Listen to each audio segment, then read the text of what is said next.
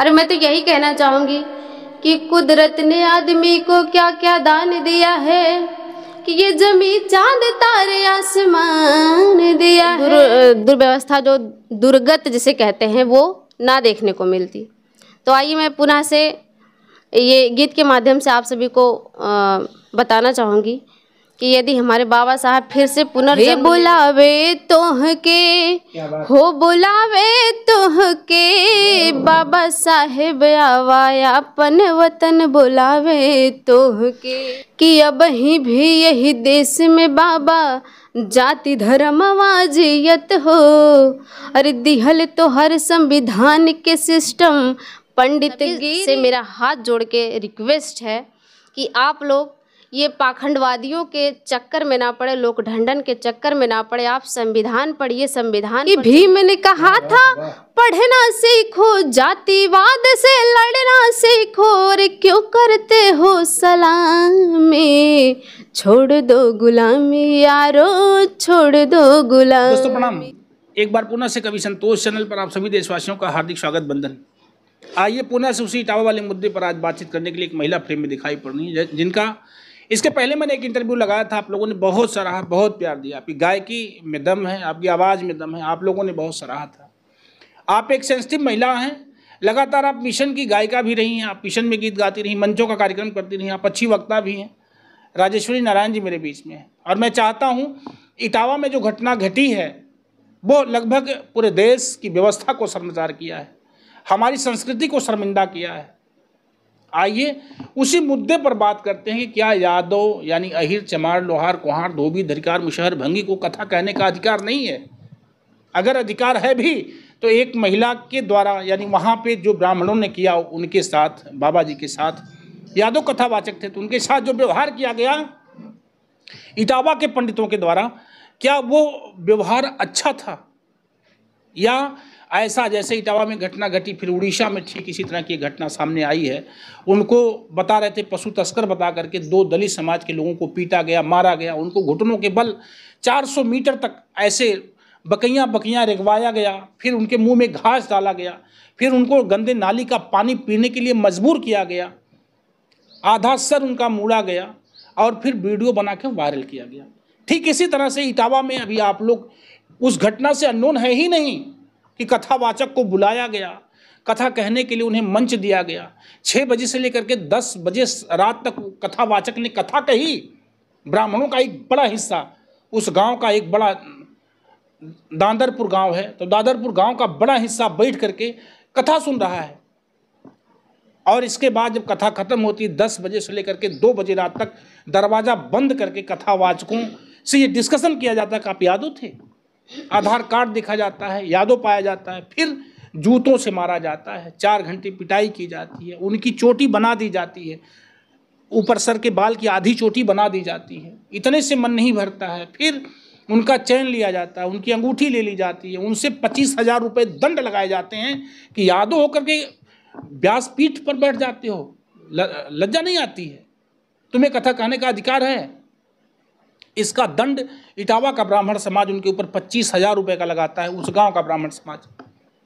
फिर इससे भी नहीं मन भरता है, उनको पवित्र करने के लिए जो समाचार पत्रों में तेजी से दौड़ रहा है, चैनलों पे दौड़ रहा है, जो उन लोगों ने बयान दिया है कि महिला के अब क्या बताया जाए कि मतलब वो हम नहीं कह सकते हैं, उससे उनको पवित्र किया जाता है। फिर इससे भी नहीं मन भरा। उस महिला के पैर छुआए गए, साष्टांग पैरों पे दंडवत करवाया गया। फिर इससे भी नहीं मन भरा, उसके पैर के अंगूठे पर नाक रगड़वाया गया। इतना दंड यादव कथावाचक बन जाएगा? इस बात पर इतना दंड दिया गया। ऐसे में आज जहां हम संविधान को मान्यता देते हैं, जहां लोग कथा, भगवान, पूजा पाठ, मंदिर, मस्जिद, लोग ढंढन पाखंड से भागते जा रहे हैं, यानी कहीं ना कहीं से सनातन की जो व्यवस्था रही वो टूटती जा रही। ऐसे में एक महिला को संविधान से अधिकार मिला है, उसे भी पुरुषों के बराबरी पर जीने का हक मिला है, हर जगह परसेंटेज में हिस्सा मिला है। महिला, लोग कहते हैं कि पुजारी की कोई जाति धर्म नहीं होती है, महिला की कोई जाति धर्म नहीं होती है, महिला किसी जाति की नहीं होती, महिला महिला होती, महिलाओं की जाति नहीं होती। ऐसे में वो जिस महिला जिसे ब्राह्मणी कहा जा रहा है, मेरी समझ से उस बेचारी का तो कोई जात नहीं, वो तो सिर्फ नारी है, उसको भी मोहरा बना लिया वहाँ के ब्राह्मणों ने। एक बार उससे गलत काम करवाया गया और फिर दोबारा अब उसी से दूसरा गलत काम करवाया जा रहा है कि उसको मीडिया के सामने ला करके खड़ा किया जा रहा है और ये कहलवाया जा रहा है कि भागवत व्यास यानी जो कथा कहने वाले लोग थे वो लोग मेरे साथ छेड़खानी कर रहे थे। और जबकि पहले दिन ही कथा शुरू होती है, 4 घंटे की लगातार की वीडियो कथा मंच की है और प्लस जैसे दरवाज़ा बंद करके कार्यक्रम आगे बढ़ाया जाता है उनके मारने पीटने का, तब से लेकर के और जब तक नाक रगड़ करके गाड़ी की हवा निकाल करके उनको पंप लेकर के साइकिल वाले पंप से मोटरसाइकिल में हवा भरवाया जाता है, फिर निकाला जाता है, फिर भरवाया जाता है। मतलब ये सारा दंड वहाँ के पंडितों द्वारा व्यासपीठ को दिया जा रहा है, यानी जो बाबा लोग हैं, यादव बाबा लोग हैं, उनको दिया जा रहा है। ऐसे में देश क्या कई हिस्सों में बटेगा, या नारी को ऐसा करना चाहिए, या उस पूरे मुद्दे पर क्या कुछ जिक्र होनी चाहिए। इसी वार्ता के लिए आज हम पुणे से बहुचर्चित लोक गायिका, आप मंच की कलाकार, हमारे बीच में राजेश्वरी नारायण जी हैं। आइए इनसे बातचीत करते हैं। गीतों का भी छोटा सा एक अंश इन्होंने उस पर लिखा है अभी जल्दी से, चूँकि संविधान से ज़्यादा ताल्लुक़ रखती हैं तो उस मुद्दे पर भी एक गीत इनका है और वो गीत भी आप तक जाएगा। जी राजेश्वरी जी, पुणे से मेरे कवि संतोष चैनल पर आपका हार्दिक स्वागत। सबसे पहले बड़े भैया आपका बहुत बहुत स्वागत है। आपके चैनल पर देख रहे हैं जो भी हमारे दर्शक, आपके दर्शक, उनको पैर छू के मेरा प्रणाम है और आशीर्वाद की आकांक्षा है। और जहाँ तक आपने बताया वो मुद्दा जो बताया है कानपुर वाला, इटावा वाला, तो ऐसे में हम तो ये कहना चाहेंगे कि सबसे बड़ी मूर्ख वो महिला है, सबसे बड़ी मूर्ख वो महिला। हमारा भारतीय संविधान ये नहीं कहता, उस महिला को ये नहीं समझ है कि हमें एक मतलब किस तरीके से उसी से फिर बात करवाया जा रहा है, फिर उसी को एक मुद्दा मुहरा बना के उसी को ही शर्मसार किया जा रहा है। उसे ये भी नहीं पता कि मैं सामने आ रही हूँ, मीडिया के सामने आ रही हूँ, मेरा किस कदर ये जो लोगों के सामने मेरा वीडियो जा रहा है। अच्छा राजेश्वरी, क्या नहीं लगता है कि जो उस महिला ने कृत्य किया है जी, जैसे लोग बता रहे हैं या बाबा ने बताया कि अभी वो चीज़ नहीं कहना चाहिए, तो महिला के पैर पर नाक रगड़वाया गया, पैर छुआए गए, इसके बाद उसके कुछ और गलत किया गया जी। इसके बाद फिर वो महिला मंच के सामने आती है, मीडिया के सामने आकर के करे कि बाबा लोगों ने मेरे साथ छेड़खानी करी है, उस छेड़खानी की वजह से ऐसा हो रहा है, ठीक ना, छेड़खानी हुआ तब इसके बाद बाबा के साथ ऐसा व्यवहार हुआ। तो क्या लगता है एक ब्राह्मण महिला की बेइज्जती या सारे समाज की महिलाओं की बेइज्जती? सारे समाज की महिलाओं की बेइज्जती है ये, क्योंकि ये सरासर गलत है। जब वही समाज जो है, ब्राह्मण समाज, जब इस कदर से यादव समाज के सामने इस कदर से कथावाचक को इस कदर से सामने आए और इतना शर्मसार किया, तो मेरे हिसाब से वो ब्राह्मणवाद ही उस महिला को भड़काए हैं कि इस कदर आप बोलो, इस तरीके से बोलो।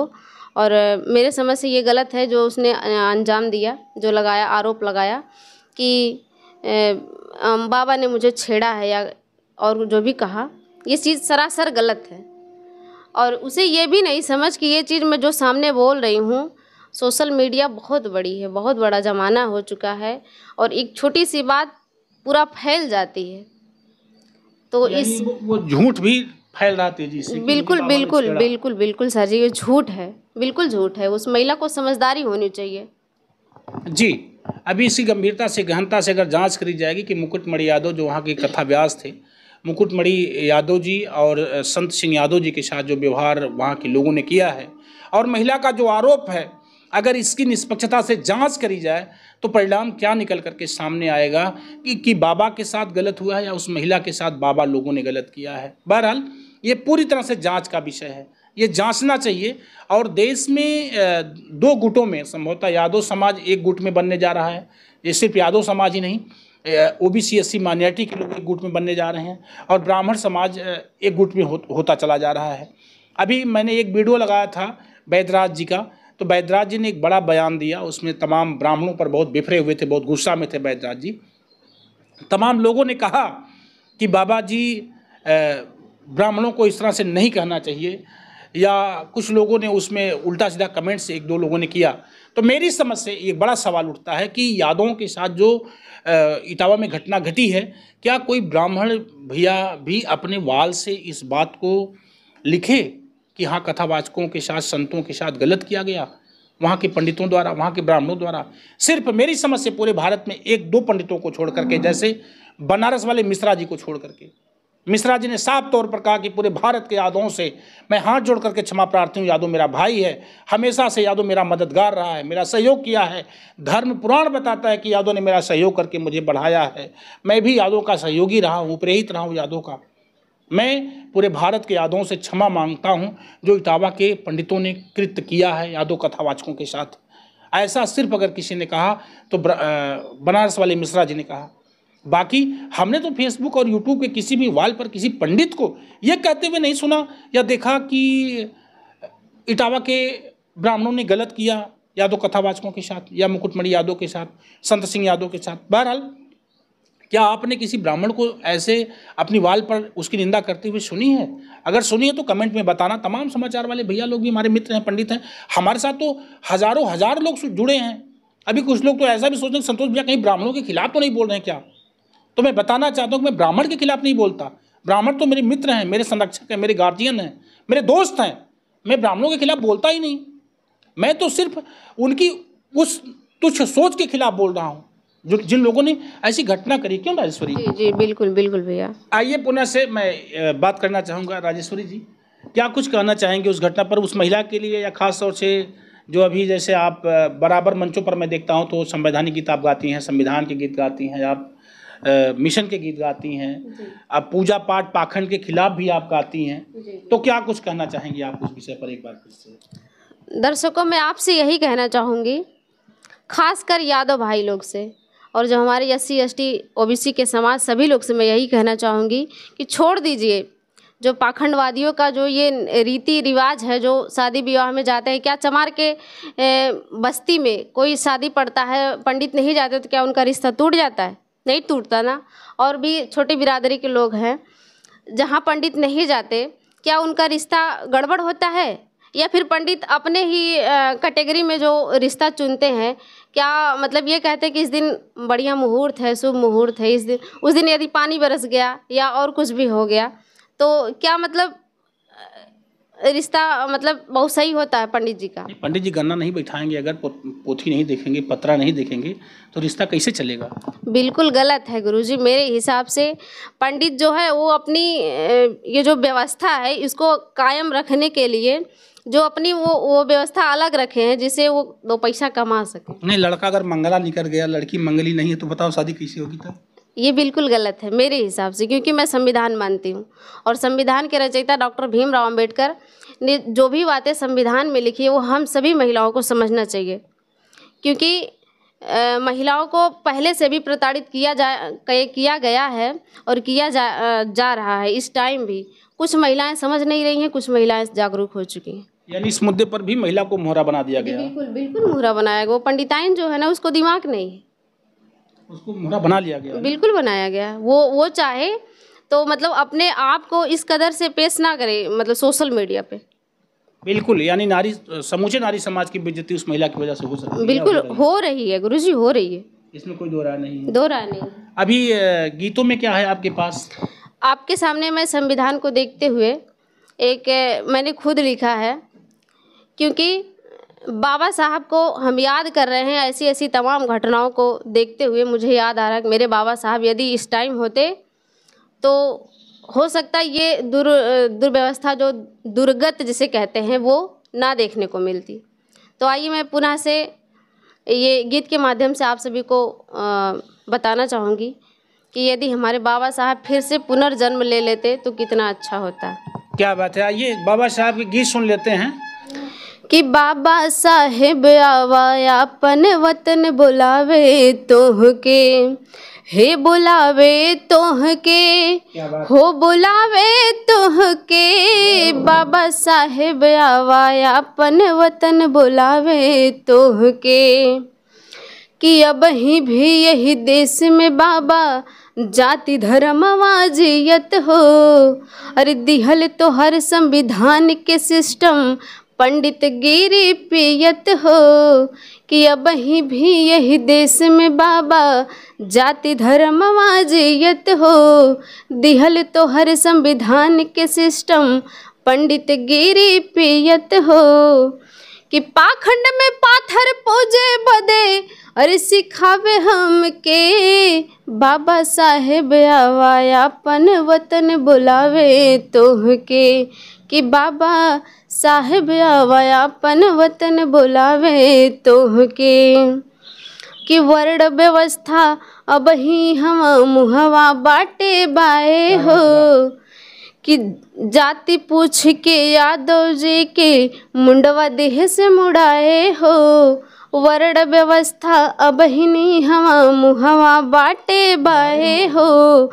धर्म छेका के हक अधिकार के कुलई जाति बा खाए हो। कि विषमता से समाज हाना, ये विषमता को समझिए दोस्तों। कि विषमता से अरे समाज यहाँ न रह पावे बच के। बाबा साहेब आवा अपन वतन बुलावे तोहके। कि बाबा साहेब आवा अपन वतन बुलावे तोहके। कि जाति से फूट है ऐसा डाला कोई समझ न पावे हो। उस महिला के बारे में कहना चाहूँगी कि महिला भी नहीं समझ रही है। कि जाति से फूट है ऐसा डाला कोई समझ न पावे हो। दीप अकेला ए साहब कितनन के राह बतावे हो। जाति से फूट है ऐसा डाला कोई समझ न पावे हो। दीप अकेला ए साहब कितनन के राह बतावे हो। कि राजेश्वरी भी यही समाज में अरे राजेश्वरी भी अरे यही समाज में जिए घुट के। बाबा साहेब आवा अपन वतन बुलावे तोहके। कि बाबा साहेब आवा अपन वतन बुलावे तोहके। आइए एक और छोटा सा गीत रखूँगी। हो सकता हो इस गीत से आपको जो भी मतलब कमेंट में लिखना आप बताइएगा, जो भी आपको समझ में आए कि हमारे बाबा साहब ने क्या और हमें कहा था। कि भीम ने कहा था पढ़ना सीखो, कि जातिवाद से लड़ना सीखो। कि भीम ने कहा था पढ़ना सीखो, जातिवाद से लड़ना सीखो। और क्यों करते हो सलामी, छोड़ दो गुलामी यारो, छोड़ दो गुलामी। छोड़ दो गुलामी यारो, छोड़ दो गुलामी। अरे तुम ऐसे बाप के बेटे हो जो जग में कभी ना हारा था, जो जग में कभी ना हारा था। अरे खतरों से लड़कर भीम ने हम लोगों को संवारा था, हम लोगों को संवारा था। कि बाप हो जैसा वैसे हो बेटे, अरे फिर क्यों पराए हो तुम बैठे। अरे क्यों बाप की बदनामी, छोड़ दो गुलामी यारो, छोड़ दो गुलामी। छोड़ दो गुलामी यारो, छोड़ दो गुलामी। क्या बात कहते हैं, शिक्षा शेरनी का वो दूध है जो पिएगा वही दहाड़ेगा। वही दहाड़ेगा। जी बिल्कुल। B.R. अम्बेडकर साहब ने लिखा था कि शिक्षा शेरनी का वो दूध है जो पिएगा वही दहाड़ेगा। और सरदार भगत सिंह ने लिखा था जेल में कि मैं नास्तिक क्यों हूँ। एक छोटी सी डायरी है दोस्तों, 15-20 रुपए की आती है। और मैं नास्तिक क्यों हूँ सरदार भगत सिंह ने लिखा था। यही वजह थी, यही ऊंच नीच की खाई ने भगत सिंह जैसे लोगों को जेल में बंद रहते हुए भी ये लिखने पर विवश कर दिया था कि मुझे नास्तिक बनना पड़ा है। मैं नास्तिक क्यों, मैं भगवान को नहीं मानता। क्यों नहीं मानता? B.R. अम्बेडकर ने भी ऐसा लिखा कि शिक्षा की तरफ बढ़ो, मंदिर में घंटा बजाने से कुछ नहीं होने वाला है। मैं तो उन कथावाचकों से कहूँगा कि अब कथा कहना ही बंद करो, पूजा पाठ करना छोड़ो। अगर इस तरह से आपको प्रताड़ित किया जाता है, इस तरह से आपको परेशान किया जाता है, क्यों राजेश्वरी? जी बिल्कुल तो भैया। इसका मात्र एक विकल्प हो सकता है ना। अरे मैं तो यही कहना चाहूंगी कि कुदरत ने आदमी को क्या क्या दान दिया है, कि ये जमीन चांद तारे आसमान दिया है। कि कुदरत ने आदमी को क्या क्या दान दिया है, ये जमीन चांद तारे आसमान दिया है। और सबसे बड़ा दानी मेरा भीम है यारों, मेरे दोस्तों। सबसे बड़ा दानी मेरा भीम है। जिसने हम सभी को जीवन दान दिया है। तो मैं यही कहना चाहूँगी आप सभी भाइयों से, जो भी हमारा वीडियो देख रहे हैं, सभी से मेरा हाथ जोड़ के रिक्वेस्ट है कि आप लोग ये पाखंडवादियों के चक्कर में ना पड़े, लोक ढंढन के चक्कर में ना पड़े। आप संविधान पढ़िए, संविधान पर चलिए, संविधान ही आपको एक नई दिशा दिखाएगा। ये सब जो भी घटनाएं हो रही है, यदि आप संविधान पर चलेंगे तो ये घटनाएं बिल्कुल भी बंद हो जाएंगी धीरे धीरे करके, क्योंकि ये आपका अधिकार है, इसे आप पहचानिए। क्या बात है। मेरे साथ आप सुन रहे हैं लोकमंच की कलाकार आप राजेश्वरी नारायण जी को। ये दूसरी वीडियो आप तक जा रही है, कैसा लगा कमेंट में ज़रूर बताना। जल्दी से मिलेंगे आप लोगों को अगली वीडियो में। राजेश्वरी जी, आपका बहुत बहुत हृदय से आभार जो आपने समय दिया है। नमस्ते, जय भीम, जय भारत। मेरे साथ cameraman Vishal Dubey. Thank you.